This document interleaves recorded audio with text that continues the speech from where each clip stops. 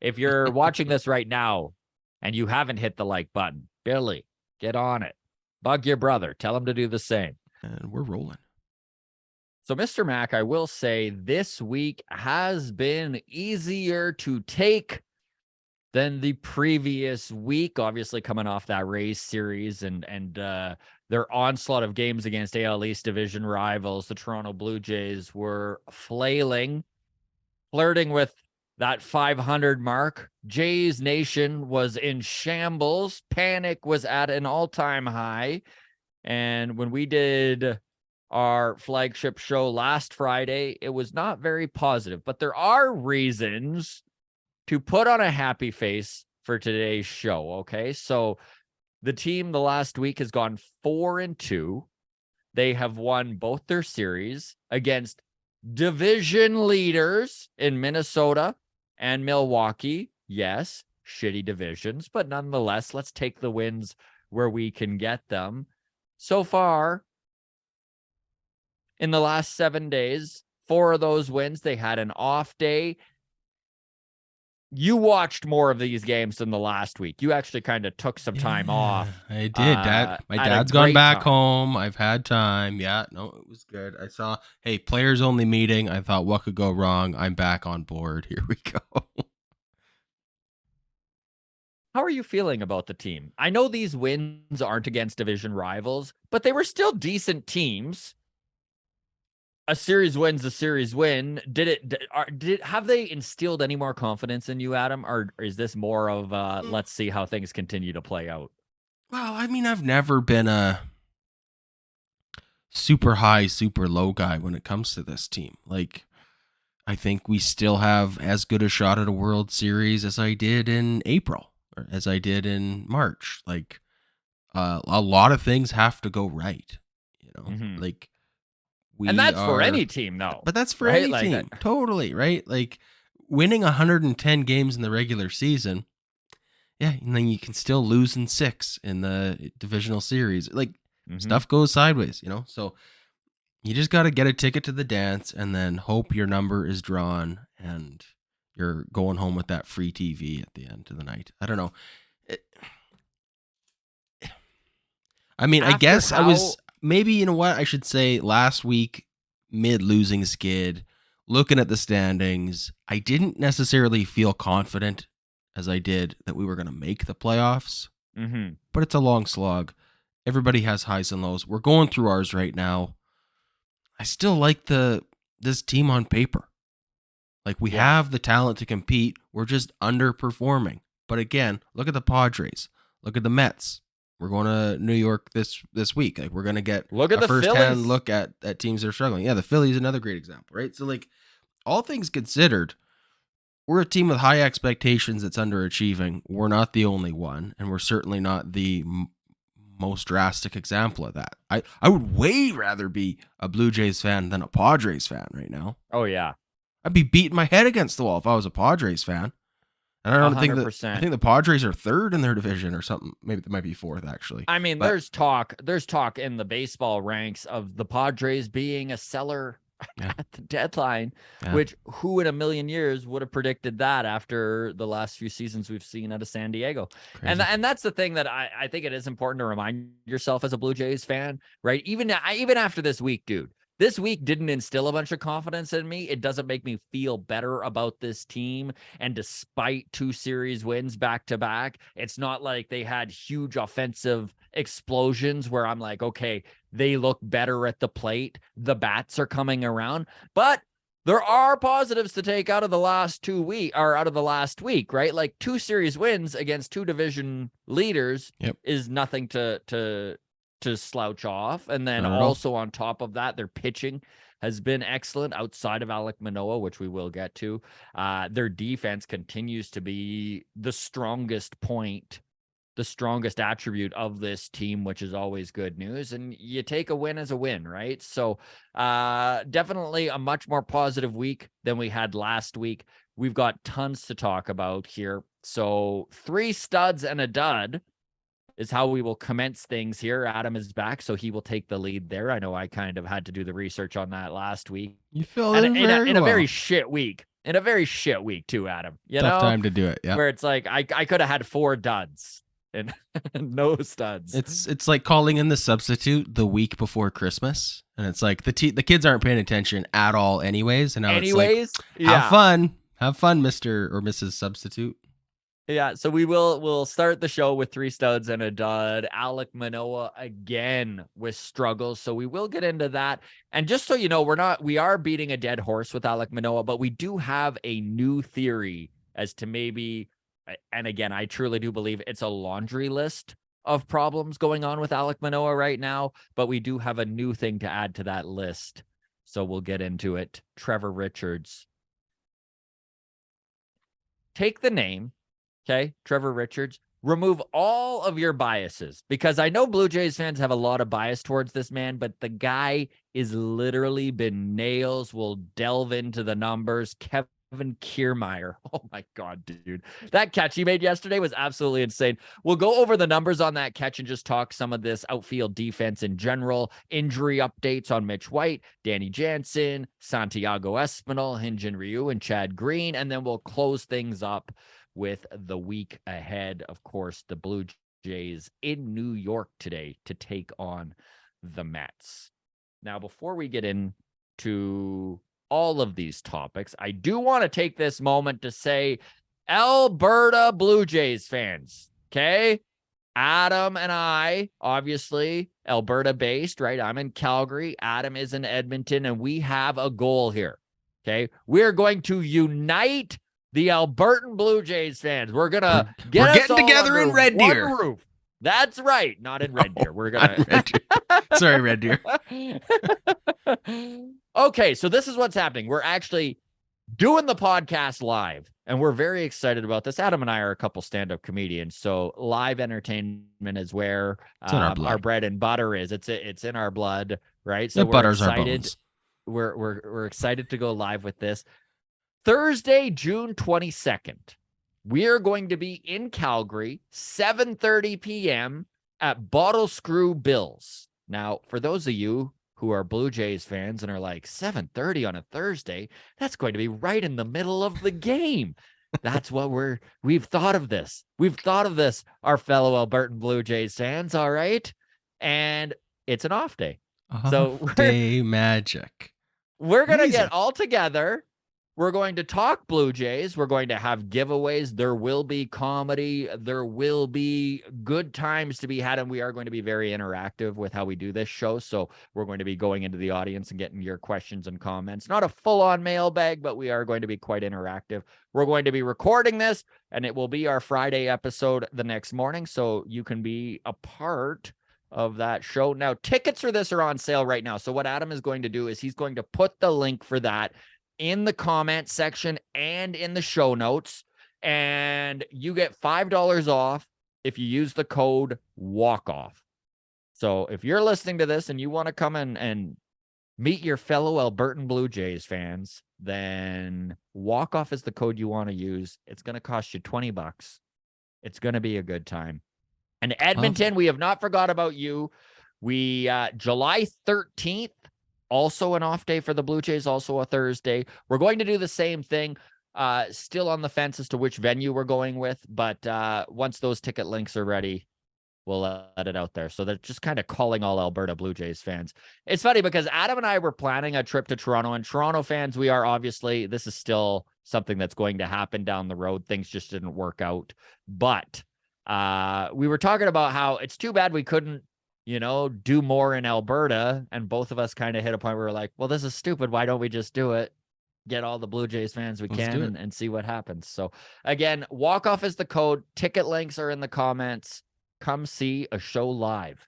Okay. 3, we're going to throw it to you, my friend. 3 studs and a dud. Week 9 awards. You filled in admirably last week, so thank you for that while I was away. Okay, let's get to it. Brighter pastures. Quite a few pitching studs to pick from this week. The dud. Can you tell the bats have been quiet? Yes. the dud may surprise you. Okay, so as far as studs go, we're going to do a 3, 2, 1 countdown. We're going to start with a couple honorable mentions. Honorable mention number 1. You mentioned it with the diving catch yesterday. 2 triples this week, a home run, and an OPS of 1,300 is Gary Kiermaier out there in the outfield. So tip of the cap, honorable mention there. Honorable mention number 2. I love that's an honorable mention. Wow, right? Like what a week from Kiermaier. Yeah. I know. Limited action. Did get into 4 games, only 10 at-bats. But he made hay in those 10 at-bats. So, and then of course defensive stalwart as well. Honorable mention number 2. He's been a dud maybe more than anyone else this year. Gavin Biggio had himself a week. Yeah, he did. Gavin Biggio, 3rd on the team in OPS this week, 1,015, 286 batting average. Had himself 4 hits, a home run, and 3 ribbies to go with that. So Gavin Biggio playing like his life is on the line, and maybe an overstatement, but I don't think by much. Dude, this is really crazy what we're seeing out of Gavin Biggio in the last 2 weeks since Santiago Espinal hit the IL. He is hitting 389 with a 476 on base percentage and a 667 slug. This is Gavin Biggio we're talking about. Weird. So. It's almost like playing twice a week is hard to stay hot. I mean, honestly. We'll take it. Look, we'll take it. I mean, we don't have to spend too much time on this. Maybe it's a better question for long toss. But hypothetically, if Espinal is out for a few weeks and Biggio stays hot, like we saw Biggio lose his job to Espinal last year, who just took second base and ran with it. I think it's totally possible it can happen the other way. Absolutely, right? I agree. Yeah. It's not like Espinal was hitting 295 before he went on the IL. Like he had struggles of his own with his limited reps. So who knows? Maybe there's some more stability out of second base moving forward, but we'll see. Anyways, for now, Gavin Biggio, honorable mention. Keep it up, because there's a lot of people that have lost faith in Gavin Biggio, myself included, and I'd love to be wrong. Me too, buddy. Okay. Especially after being such a big defender in 2021 and most of 2022. Really, really, truly. Okay, stud number 3 this week. Trevor Richards. We're going to talk more about him later in the episode, so I won't spend too much time on him, but he got into the game twice this week for 3 innings, 6 strikeouts. He's a K king, man. Like I said, again, I'm going to reserve the rest of my feedback because we are going to get to it later, but Trevor Richards, 3rd stud of the week. Stud number 2, also a pitcher, Gary Gossman. 2 games, 2 wins, 1 earned run across those 2 starts, 19 strikeouts. Look, he's been as close to an ace as we could have hoped for out of him this year. Right? I would say so. And when it comes to Kevin Gausman, and for those of you who haven't noticed, he is throwing with the most velo he has. Kevin Gausman. I said Gary Gausman. Yo, you said Gary Kiermaier. You're just refusing to say Kevin. You're refusing to say Kevin. I thought you were like, God. It was tongue in cheek, right? Oh my God. I get it. This is a Kevin zone. No Kevin Kiermaier. Gary Kiermaier. It's Gary Gausman. I must have got hit in the head last night or something. Jeepers. Holy smokes. Sorry to all the Kevins of the world. So this is Kevin Gausman's pitches as a Blue Jay, and last pitch. So this is his fastest pitches. Okay. 99.3, which was the last pitch in the 6th yesterday. 99 May 10th. 98.9 June 5th of 2022. 98.8, which was yesterday. 98.7 yesterday. 98.7 yesterday. These are, so yesterday he was literally throwing the fastest he's ever thrown, right? He hit 99.3, which is the highest velo of his career. And is it ever making his splitter which is already completely unhittable most of the time, that extra little bit of a pain in hitters' side. Because my God, like, he was leaning on the fastball so much yesterday. Like, dude, I bet he was throwing it 70% of the time almost, which is a big change from what we saw earlier in the season. It's just, as a hitter, he's getting so good at mixing those pitches and changing his direction and keeping guys off balance with what he's going to do next. I mean, stud number 2 for the week, and really stud number 1 all year in that starting pitching staff. He's been unreal. I mean, I don't know if he's the front runner for Cy Young in the American League. He's on the list. I'm looking at these numbers right now. So I've got the American League starting pitchers. This is sorted by ERA. I know that's not the be-all, end-all, but that's going to be our starting point for this look. He's 7th on the list behind Luis Castillo, Nathan Eovaldi, Framber Valdez, Eduardo Rodriguez, Shane McClanahan, Sonny Gray. So he's 7th on the list in ERA. Tops in innings pitched, which there's real value in that. Yeah. When I look at Shane McClanahan and Sonny Gray, 27 walks, 24 walks. Kevin Gausman, 18. Edge Gausman. Strikeouts, though.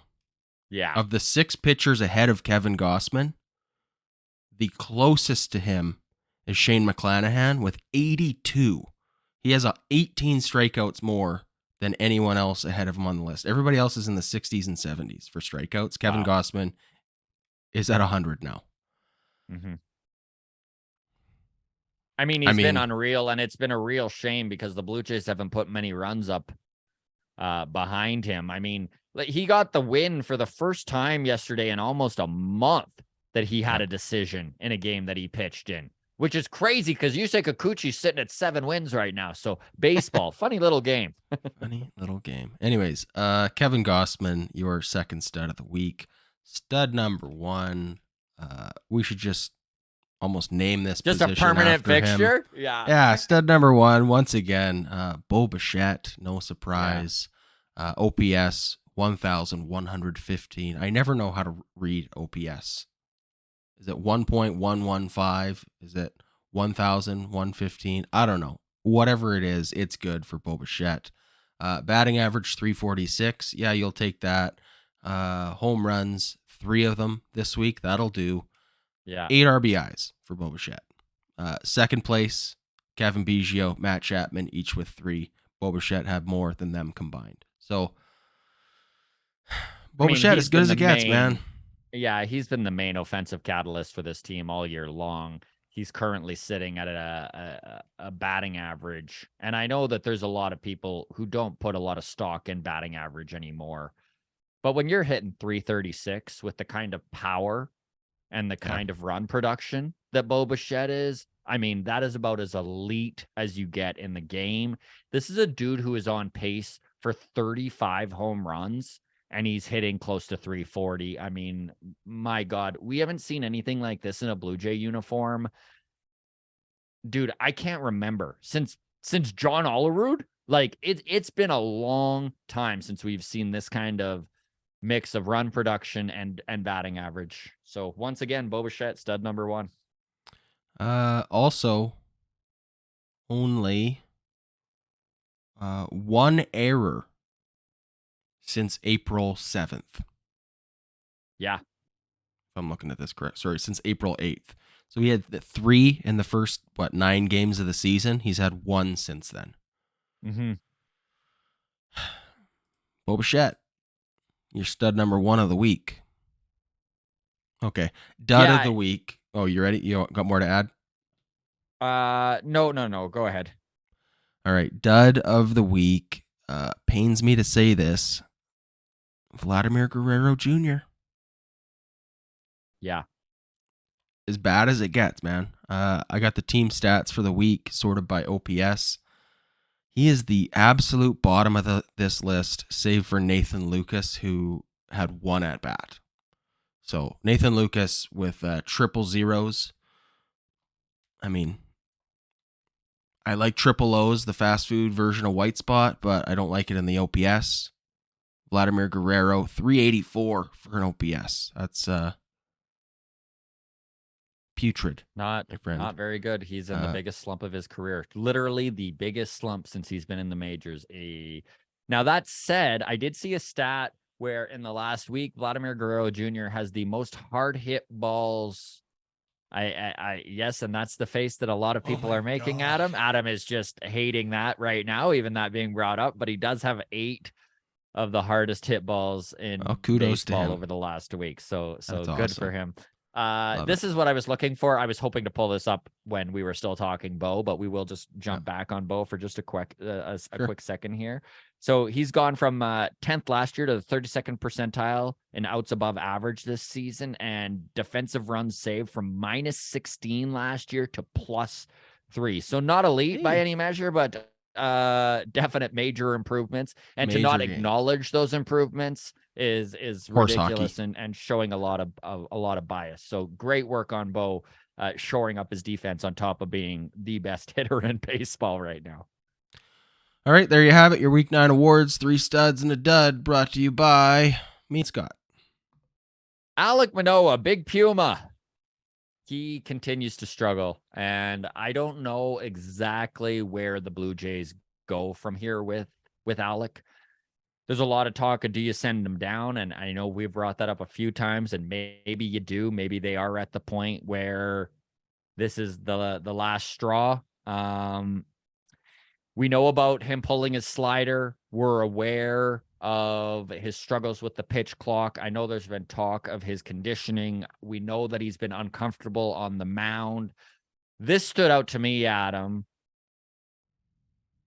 Ask John Snyder. So, sorry, they asked Alek Manoah. They were talking to him in the press conference, just all over the place. They asked Gary Kiermaier. Yep. Gary Kiermaier comes to Kevin's younger brother. Yeah.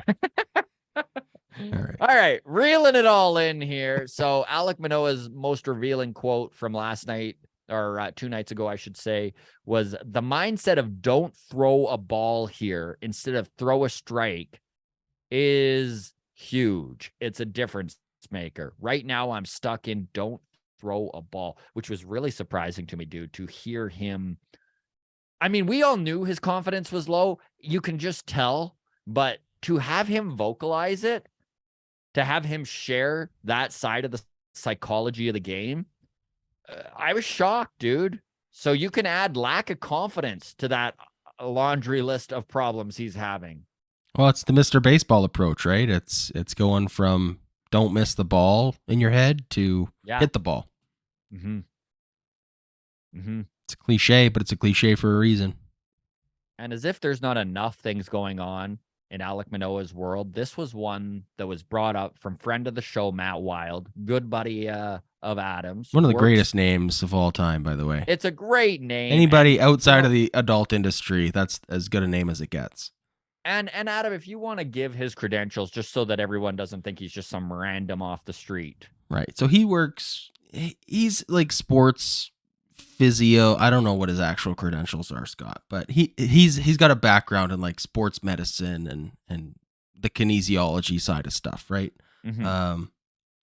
So he definitely, maybe not an expert, but certainly more educated. Works in the industry. Yes, he's definitely more credible to speak on pitching health. This is his full-time gig here doing this stuff. So definitely more credible opinion on the matter, even though he's not working directly with Alek Manoah. So we can put that asterisk out there, of course, without actually getting his hands on the MRIs and feeling the muscle tissue for himself. Of course. Whatever, right? But he is working as a professional in the baseball industry in Calgary. He does have a background in kinesiology and sports medicine.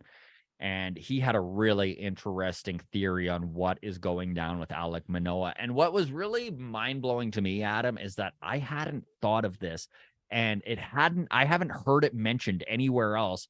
But it's not like this isn't something that is constantly under the the microscope in the game, right? And basically, I'm going to let Adam read what he sent you here. But so he sent me this message on Tuesday. This is before his last start. but his last start wasn't that good either, so nothing has really changed. So Matt messaged me and said, "Hey, been meaning to chat with you about my theory on Manoah's struggles. I think it's purely physical. It's not about getting reps or working on his pitches. He needs to recover his body and limit his innings as much as possible in hopes that he's actually somewhat fresh come playoff time. Last year's, and this is the key of it, last year's massive jump in workload and intensity, for that matter, is going to leave a lasting effect on things like tendons, ligaments, etc.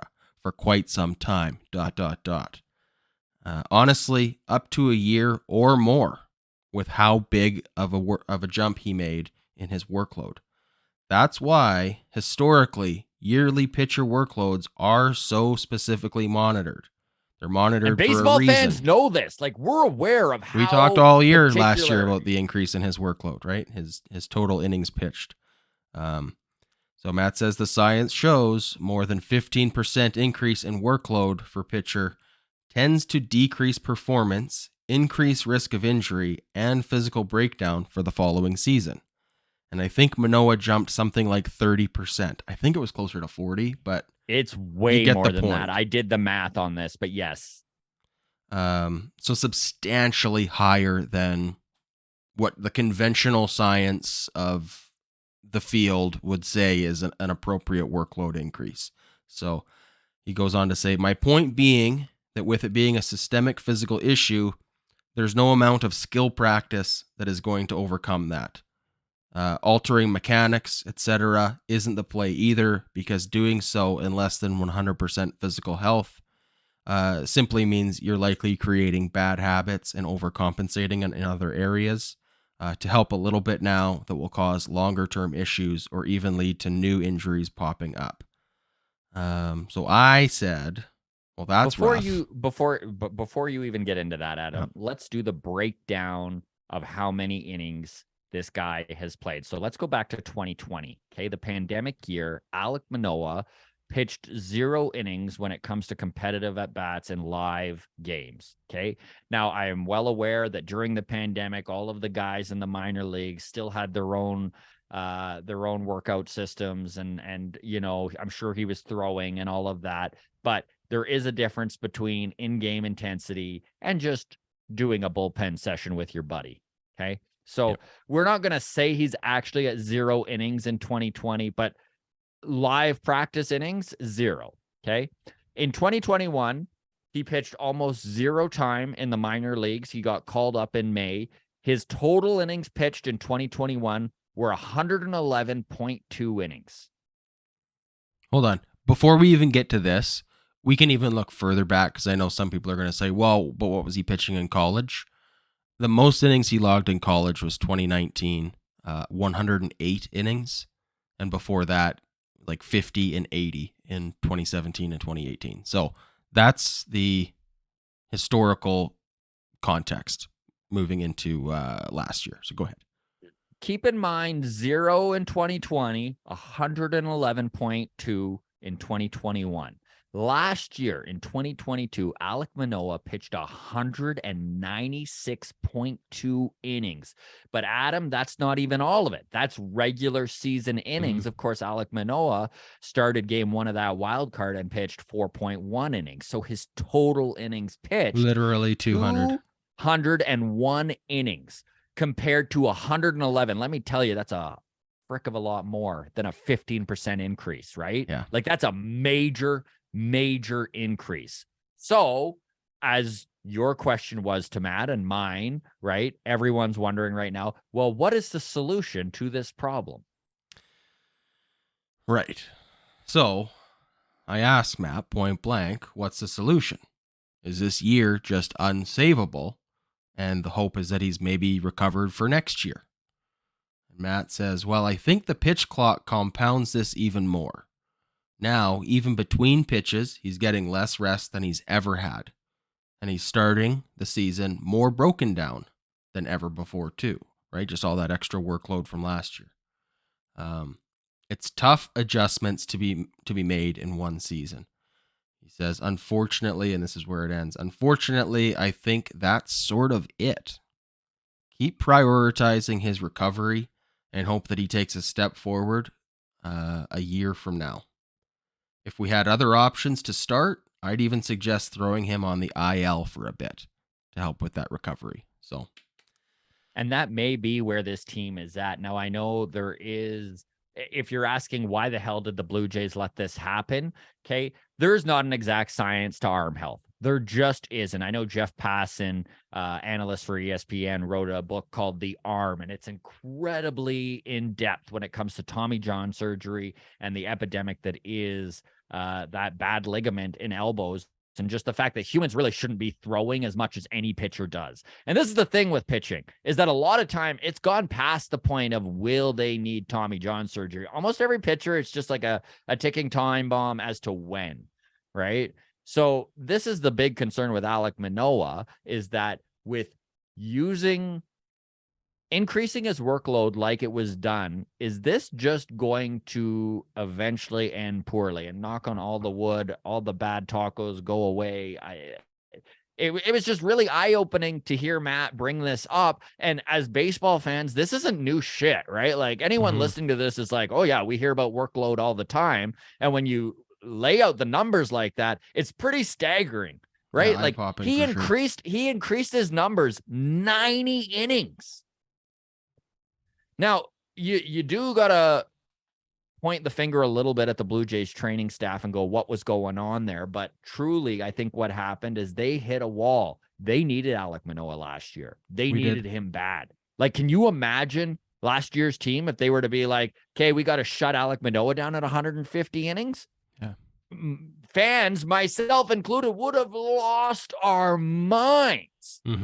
Now, I'm not saying this is all speculation. We don't know what's actually going on with Alek Manoah, and I think it is a mix of a lot of the things that we've already gone over, right? I don't think it's one particular thing, or it would have already been fixed if it was just one thing.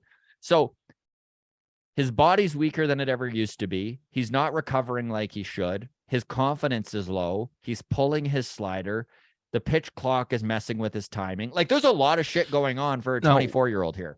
I want to clarify, and I know this is not the way you meant it, but when you say his body is weaker than it's ever been before, you don't mean like muscle strength. No, like, I don't. Obviously, no, he's still working his ass off in the gym, of course, and all this stuff. But you can't go to the gym and strengthen your ligaments and tendons the same way that you can with your muscles. So 100%. That's what we're getting at when we say his body is weaker, right? And again, these aren't necessarily weak to the point of injury things, but when everything is at like 85%, that's the difference between being a Cy Young candidate and not, right? It's like, it's called peak performance for a reason, right? It's the same reason guys decline in their 30s, right? They're hitting well, and then all of a sudden, the reaction time has just gone from being elite to it's just slowed down just enough where they can't catch up to the ball, right? Nothing else has changed. They're just at 85% of what they used to be, and you're seeing it drastically play out in the results. And that, I think, is the takeaway on this. This is where Matt's idea of maybe an IL stint is the best thing for the big man. And I'm not even talking just to get him off the mound. I mean, just for his body and recovery's sake, right. It might be what really is in order here. Again, we don't know anything. We're just relaying stuff from guys who know more. That's our bread and butter, is find people smarter than us and pick their brains. Yeah, exactly. So, there you go. Hopefully that's not the case. In all honesty, I really hope that Maddie's wrong on this, because if would I ever love to call him an idiot right to his face? You stupid, ugly idiot. By the way, Matt's way more handsome than I am. So, anyways, thanks for the insight, Matt. All right, let's move on to topic. Trevor freaking Richards, the king of Ks. Who would have thought? This is the thing. When I start to give the rundown here on his strikeouts, everyone should have their jaw on the floor, because he is one of the most elite strikeout guys the Blue Jays have ever had. Yeah, let that roll around in the old noggin for a few minutes. The most elite strikeout guy the Blue Jays may have ever had. That's insane. So let's get into the last 6 appearances, because he's had 10 innings pitched. And that's one of the things that has been so impressive with Trevor Richards is his innings pitched. They have been able to go to him for 2-3 innings. They're using him like a long man, something he's never really done in his career. So in his last 6 appearances, that's 10 innings pitched. That's 4 hits, 1 earned run, 14 K, and opponent's batting average of $114. He has a team leading 36% strikeout rate, which is 15th in Major League Baseball. He has a 39% whiff rate, which is 6th in Major League Baseball with a minimum of 100 plate appearances. He's just been purely filthy, bottom line. So this is MLB whiff rate leaders. Number 1 out of Baltimore, Batista, with a 45.4%. Bobby Abreu out of Houston with a 44.4%. Jacob deGrom in Texas with 42.1. Matt Brash, Canadian kid out of Seattle, in at number 4 with 41.4. Spencer Strider in Atlanta with a 40.2. And in at number 6 in all of baseball, Trevor Richards with a 38.8% whiff rate. And you know what? Number 9 on that list, Eric Swanson. So the Blue Jays with 2 of the top 10 pitchers with whiff rate. Now, this is the strikeout rate. Go ahead. Can you just break down for me, like I'm 5, what is a whiff rate? So it's going to be the swing and miss. So so not for an at bat that ends in a strikeout. It is just every time a batter that he's facing swings the bat, they don't make contact 44% of the time. Is that what we're saying? So let's pull it up exactly here so that you're not listening to some bumbling moron not get exactly what it is. Okay, so this refers to when a batter swings and misses at a pitch and strikes out. And of course, Trevor Richards' changeup might be a top 10 pitch in all of baseball, and he has leaned heavily on that changeup. He's hitting his spots with it, and strikeouts is the so swing and miss strikeouts. Yes. As a percentage of total strikeouts that they get, or is that a percentage of batters faced? Like when we say batters, it would be batters faced. So he's faced 10 batters and he's faced 10 batters and 4 out of 10, 40% is resulted in a swinging strikeout. Okay. No. That's what I was curious about. Crazy. So this is the Blue Jays strikeout rate all time. Ken Giles, 39.9%. 100 Miles Giles. 100 Miles Giles. Great nickname. Steve Delabar. We all remember Steve Delabar. Raised the bar. We made him an all-star before he retired into obscurity. He had a 36.5% strikeout rate. Number 3 all-time on the Blue Jays. Ahead of Dan Plesac, Tom Hankey, Dwayne Ward, Trevor Richards with a 36% strikeout rate. Just insane numbers from this guy. A guy that, like, let's be serious, man. We were all ready to fire into the sun at the start of the season. Well, he's on a hot seat for sure. Like there were people, even we hit a point where we're like, should he be DFA'd? Like, should we just get rid of Trevor Richards? So this is why these guys get so much rope at that level. He's the perfect example of how volatile bullpen arms are. Mm-hmm. Right? You're pulling your hair out. Why are we even putting this guy in the game right now? That's our best reliever. Hands down, our best reliever. Just so insane. Yeah, it is so insane. I had a number of options for what to put this headline on for the rundown on the side here. You had Trevor Richards, the King of Ks. Yes. I went with Trevor Richards' K Machine just because it fit nicer. I thought that would you know what? We've been getting some good art submissions lately for the City Connect jerseys. Yeah. I would love to see a Bert Kreischer, the machine, with Trevor Richards' head photoshopped on there, just like ripping his shirt off like Bert Kreischer does. So if someone can get on that, get your submissions in. Another one was K. Trevor Richards. K. Trevor Wilson, right? Yeah, that's right. That's great. Squirrely Dan. So anyways, Trevor Richards, some positivity in the bullpen. Tip of the cap, Trevor Richards. Anything else to add? Just that it's been really impressive to see the turnaround on that dude. Love to see his changeup hitting the spots like they are. And honestly, just in the nick of time, because they really needed a guy. Like Mitch White was supposed to be that dude, that long man. And every team kind of needs a guy who can come in and eat an inning or two or three. Yeah. And Nate Pearson and Trevor Richards have been those dudes. And multiple inning relievers. Rare, especially to see them succeed. Love to see it. All right, then moving on to the outfield. And speaking of, I could have gone a number of ways with the headline for this segment. For Gary Kiermaier, yeah. For Gary Kiermaier, yes. Which for people watching on the Clips channel have no idea why that's so funny. So Kevin Kiermaier, the Oscar wiener. I went with hot dogs in the outfield because they're out there hot dogging it. They're doing good. Yeah. They're looking good. So hot dogs in the outfield. Get me that photoshopped Kevin Kiermaier in a hot dog bun costume. And the That's hot all dog I need uniform. for life. So, love it.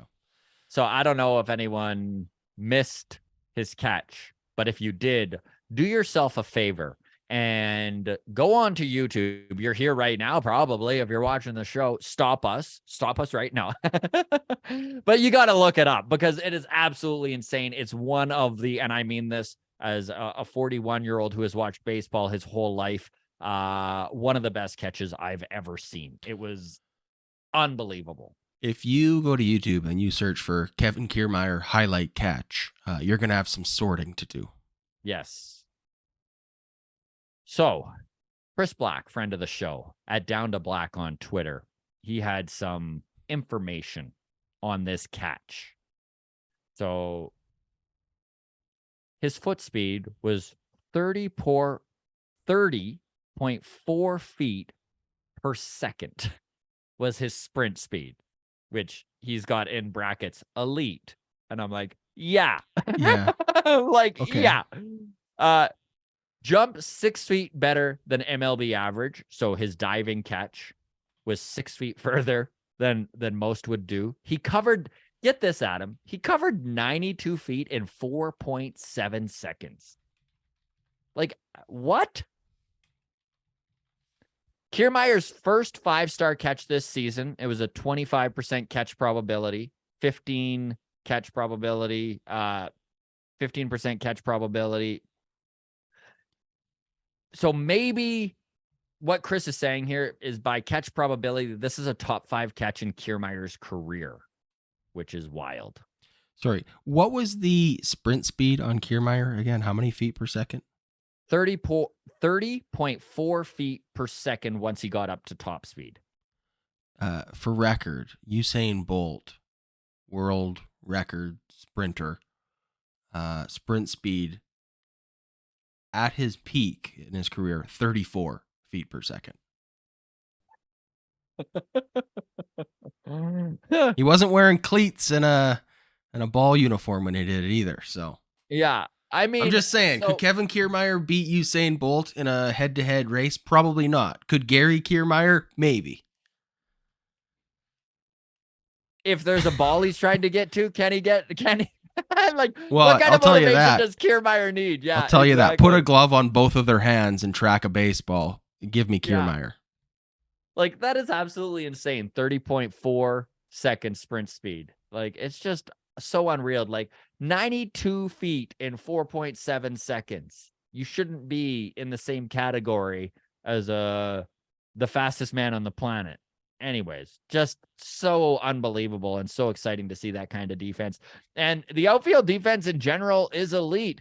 And there's a lot of you that can lament about this team. You know, there's a lot of problems with it, but this is the best defensive squad they've maybe ever had. And they need to start scoring more runs, but you win playoff games with defense and pitching, and they have had that over the last little while here. It is really cool to see. Defensive runs saved. They have the most in baseball for a entire team.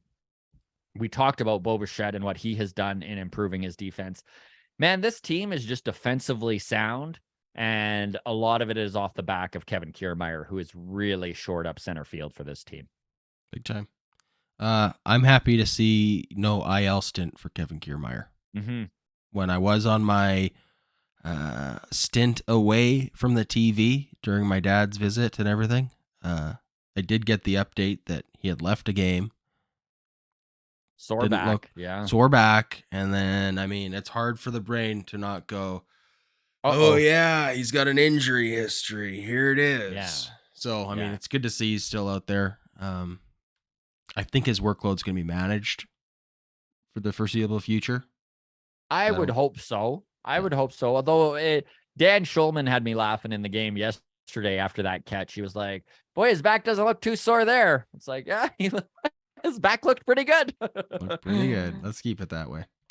Okay, speaking of bad, we are going to do an injury report. Of course, if you are a grounds crew member, you are well aware of the bad taco slang that we have come up with. If you're new to the channel, bad taco is just, we don't wish to get jinxy. We don't wish to put any bad juju out into the baseball world when it comes to our Toronto Blue Jays. So whenever we talk injury, right, we don't say, oh, it sure would be bad if Garrett Cole got an injury, because even saying that, he's probably going to get injured now, and I just jinxed him. Sorry, Garrett Cole and Yankees fans. Wink, wink.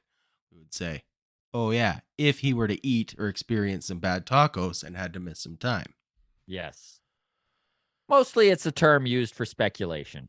Yes. So we are going to do the injury report. I do bring up the bad taco because we do have our merch. So if you are into Bad Taco baseball t-shirt, you can get that on the walkoffpodcast.ca website.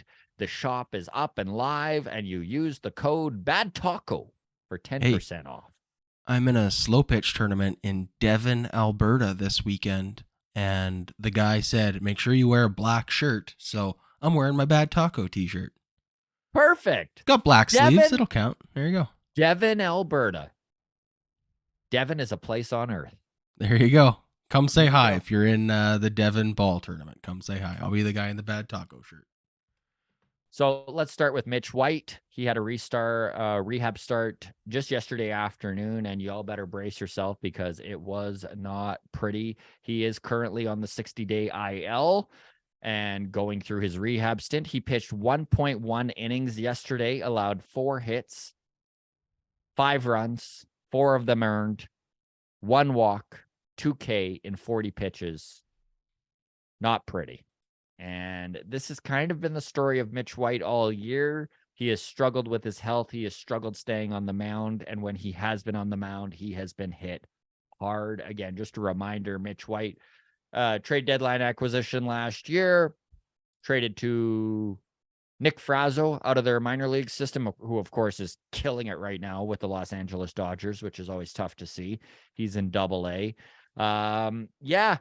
Mitch White has no options left. So once he is healthy, they do need to add him to this roster or release him outright, which I can't see them doing. And who knows how long it takes him to get off this IL, but Mitch White is a big question mark for this team. Moving along to our starting catcher, friend of the show. Twice this man took time out of his day to talk with Adam and I, Danny Jansen. So this was updated just yesterday. He's not going to travel with the Blue Jays to New York, so he's not with the team right now. He's going to stay behind and continue to run through his rehab stint, if you will. John Schneider told Hazel May yesterday that he's hitting in the cage. He's hitting to live pitching, throwing with no issue, did some light jogging. No timetable for his return, but he is in the middle of baseball activities, so some encouraging news there. Hopefully, Mr. Jansen back with the team in the next couple weeks. That's the dream. Santiago Espinal. Santiago Espinal, he took some live batting practice for the first time last week. He has been progressing slowly, more slowly than they had hoped for. He's probably still 2 to 3 weeks away, and who knows how his progress goes. This is kind of week by week. So in the meantime, Cavan Biggio is given more every day at bats, and he's running with it. Again, we mentioned it when Cavan Biggio got the was he stud 3 or was he an honorable mention? He was an H this week. He was an honorable mention, but again, in the last 2 weeks, Cavan Biggio hitting 389 with an on-base percentage of 476. So right now, Santiago not being missed, but hopefully he's healthy and back soon enough. Now for a couple of the long-term injuries, Hyun-Jin Ryu continues to progress. He is pitching to live hitters. He is down in, I think, the Florida State League, throwing some live practices there. They're not going to push him, but his timetable is early to mid-July. We probably will see him right after the All-Star game, and they'll start to use him as a sixth starter just to decrease the workload, right? Not need to rely so heavily on the 5 guys that they have currently. Toronto, by the way, the only team in baseball to have only used 5 starters. That's Wood. Okay. Finally, Chad Green. He, of course, one of the bullpen acquisitions from the offseason. 2-year deal, but we're only going to see him for next year and a little bit at the end of the year. They're hoping, their fingers crossed, that Chad Green can rejoin the Toronto Blue Jays in the bullpen as a big boost early September. But again, this is one of those things where you really got to cross your fingers and hope that guys are progressing like they should. Yeah. It's impossible to look into the crystal ball and be like, everybody's different. Everybody's body's different. Everybody heals differently. Everyone's progress is different. But right now, according to the Blue Jays training staff, Chad Green on pace to be back late August, early September. That's the hope. Okay. Well, but let's look ahead at the week. Of course, the boys are in New York currently. They are going to play the Mets for 3 games before heading to Houston for 4 games against the Astros. It is going to be a tough week. They are lining up against Justin Verlander today. Chris Bassett taking the mound for the Jays, a 3.8 ERA for Bassett, a 4.8 ERA for Justin Verlander. Of course, he had some struggles at the beginning of the year and was on the IL for a bit, so his workload, he's just kind of getting back into the swing of things for 40-year-old Justin Verlander. We're going to see Jose Barrios take the ball and his 3.86 ERA against Tyler McGill, 4.67 ERA tomorrow. Jose Barrios, buddy, talk about a redemption story. I mean, I don't wish to jump off the deep end here, but are you a believer?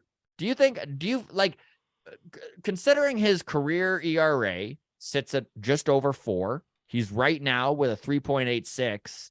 And if you were to just take off his first 3 starts of the year, I know that's not how baseball works, but he looks right up at the top of this Blue Jays staff. Oh, man, I want to be a believer. You need more, don't you? We all need more. I just need more, I don't know. Here's the thing with Jose Barrios is he has always been a guy who's either lights out or lights on. That's not the right expression, but lights out or whatever is the opposite of lights out. Lights on, I guess. It doesn't sound whatever. He's good or he's bad. I got to figure out now what's the opposite of lights out. It's like the whole his numbers have inflated, and that's like not a good thing. But when his numbers deflate, that sounds bad. But I guess technically that's true. Anyways, my autism is kicking in right now. I got to calibrate. You're in public, Adam. You're in public. Okay, so Jose Barrios. I feel like we're just seeing the good he's a tale of 2 Barrioses, like he really is. So I just don't know that this isn't just a good version. Is your confidence level in Jose Barrios, has it surpassed your confidence level in Yusei Kikuchi? I knew that question was coming. Yusei Kikuchi, I have been optimistic about, but I have also said I wanted to see him pitch into June before I made an evaluation on is he fixed, right? Because Yes. historically his numbers always look good in April and May. I don't know. I think his last couple outings have not been the best, but haven't been still picking up wins. Still picking up wins. They've been kind of ugly. He's grinding it out. What I do like about what I'm seeing from Yusei Kikuchi is he'll give up 2 runs in the first inning, but then he'll hang around and still grind out 5 innings that like he'll pitch himself into a jam and then he'll pitch himself out of it, you know? So the whip gets inflated, but he gets out of it. You know, they say like being a starting pitcher is 5 games a year, you've got it. 5 games a year, you don't got it. And then your career is made on what do you do in the 20 other games. Mm-hmm. Right? So for me, that's where like Yusei Kikuchi this year is showing me that on those other 20 games, he's making it happen, you know, when his stuff isn't lights out, but it's not a write-off either. He's getting us into the 5th and 6th inning, and so I'm happy with that. Whereas Barrios is more of a guy where like 10 games a year he's got it, 10 games a year he doesn't have it, and then he's just got 10 in the middle that are kind of meh. So for me with Barrios, it just feels like, okay, well right now we're burning all of his 10, 15 lights out performances, so there might be 10 or 15 ugly ones this year. Yeah, his graph is definitely more of a Rocky Mountain ride. That's for sure. So the final game, the final game of this Mets series is a battle of the Japanese pitchers. Nippon Professional Baseball League, both Yusei Kikuchi and Kodai Senga have come from the NPB and going head to head on Sunday. So Yusei Kikuchi sitting at a ERA of 4.47. We did just touch on the fact that he has had a couple of rough starts lately, although his last start, he did pitch 5. He did get the win, and he did not give up too many runs, and that's really all we're after out of our 5th starter. So we'll see what happens. Notably, ESPN matchup predictor has us losing all 3 games. Okay. So there you go. Then we go back to Toronto, and Houston comes to town for 4. This will be a test. That'll be a test. So this next week, sure would be nice to see the boys get a couple series wins. If they can split Houston and beat New York, boy, oh boy, that is some big time stuff in a pretty tough week to start June off. I want 2 out of 3 against the Mets. The Mets are doing better than they were in April. But didn't take much. Didn't take much. That's a great point. They're still not firing on all cylinders. I want to take advantage of them. Even though it's in New York, take 2 out of 3. Like, it's going to feel like a sweep. Anytime you go on the road, you take 2 out of 3. Yeah. Against a team with a $300 trillion payroll. That was a good series. So let's take 2 out of 3 in New York. Expectations for this Astros series. We got Alek Manoah on the bump game 1. I have zero faith. I have zero faith in Manoah for this next game. Wow. I hold on to this, okay, that I do have faith in Alek Manoah long term, but my goodness, right now the kid has to find it. Stuff is going on. Okay, here's the question with Alek Manoah. I have faith in him long term. My definition of long term is Alek Manoah's career. Yes. Is your definition of long term this season? Like, do you still have confidence? Because that's something that earlier when we talked in April and early May, you still thought that he was going to find it by the second half of the season. I really had confidence he's going to find it. Honestly, Matt Wild's take on this is a bit of a bummer, and it does have me thinking maybe this is more of a long-term recovery process. Yeah. But that said, I would not be shocked if come September he's pretty lights out. You know, like we've seen it from him before, and it wasn't a small sample size. It was a full year and a half, really, since the time he was called up. He's been pretty solid. So the fact that he's struggling for the first time in his major league career, it could be as little as just an adjustment from the hitters too, man. Like that's the thing with Alek Manoah, and we keep talking about it. I don't think it's any one thing. I think it's a list of shit that he's got to kind of reconcile with and figure out. All right, rest of the series then. We've also got Gausman, that's Gary Gausman, Chris Bassett, and Jose Barrios getting starts against the Astros. So ESPN Matchup Predictor has a split in this series, 2-2. It is in Toronto. Yeah. Would you be okay with 2-2 against the very good World Series defending Houston Astros? Yeah, I'd be all right with 2-2 against the Astros. I definitely want 2 out of 3 against the Mets, but if they can take 4 out of 7, that is a win. Yeah, I'll be disappointed with 3 out of 4, but they better, if that's the way it goes, that better be as low as this gets. Yeah, I mean, we had our ugly stretch. We've painted ourselves into a pickle. We don't have any extra slack to be sloppy with series like this. Kicked the cat down the road. The pickle is painted, and we've buttered our bones. We're ready to go. It's time to start winning. Like I don't necessarily need to see a 17-game win streak right now. No, but let's keep taking series. We got to be above 500 every week, right? We got to have no more ugly weeks. So exactly, and then sprinkling some really nice ones here and there. So. Okay, so let's end it there. Just a big tip of the hat to the grounds crew. We really appreciate you listening along. Alberta Blue Jays fans, help us unite. Okay, BottleScrew Bills in Calgary, June 22nd. Again, the ticket link for that is up in the comment section here. So please, if you are from Calgary, we'd love it if you shared it too. Let's get as many Blue Jays fans out as we can. There's a ton of us in Alberta, but we feel disjointed and separate. So let's stop that. The walk off is the code to get your $5 off the ticket there. Hit the like, hit the subscribe. Thank you so much, everybody. Take care of yourselves. All the best. Cheers. Bye, Dad.